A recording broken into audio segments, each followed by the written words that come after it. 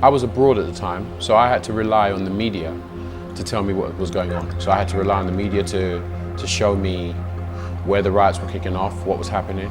And it seemed to me that it just seemed to be a big explosion of something that was already in the works, as far as there's a disdain for authority, there's a disdain for how people are kind of treated or spoken to and how they're actually dealt with in society anyway. So to me, this was a big pot of onions that was just was always going to boil over, and it just tipped over, but it's been cooking for a while. When I came back and I asked some of the people that in the area that I grew up with, they were like, that wasn't us, you know. A lot of people that came and instigated the rioting were not actually from these areas.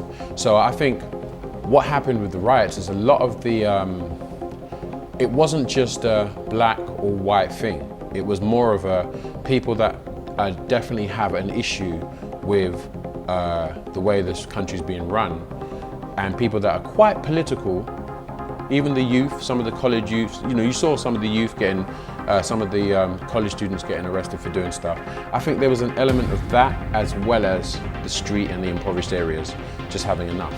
It's all well and good us kind of, you know, wagging our finger and pointing at these people and saying, you know what, you shouldn't have done that and blah, blah, blah, which I definitely agree. But my problem is, where did this start?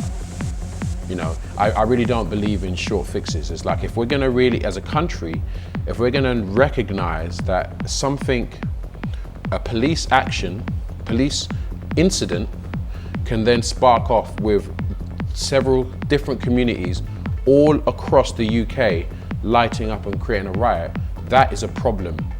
Deal with the problem, deal with the issue, deal with the actual idea that there's actually something wrong, people are not happy. That is what we should be dealing with. We shouldn't just be finding a few youths that are already, you know, on a borderline as far as financially being secure and throwing them out of houses and doing stuff like that, because you're just creating a bigger problem and you're not actually dealing with the issue. You're just slapping certain people in the face rather than actually looking at the whole room and finding out who built the house, what's wrong with the house, what's wrong with the plumbing, what's wrong with the windows, what's wrong with the roof. Let's look at the house rather than just slapping the bouncer in the beginning of the club. That's nonsense.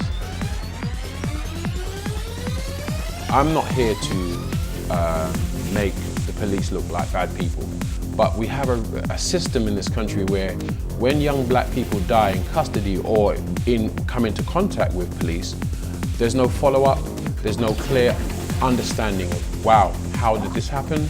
Who's to blame? Who did something wrong? Challenging is a strong word.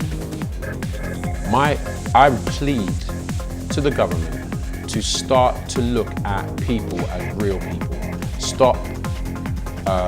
These kids that are doing stuff are your kids.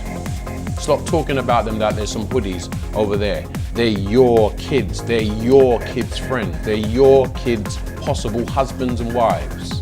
So let's start dealing with talking to them and find a way to actually deal with them in a better way. And that's my problem. At the moment, the way that this country talks to the youth is very stepchildish.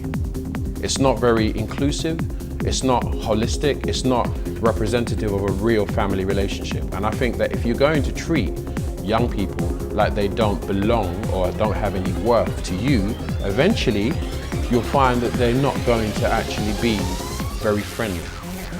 And that's what we have.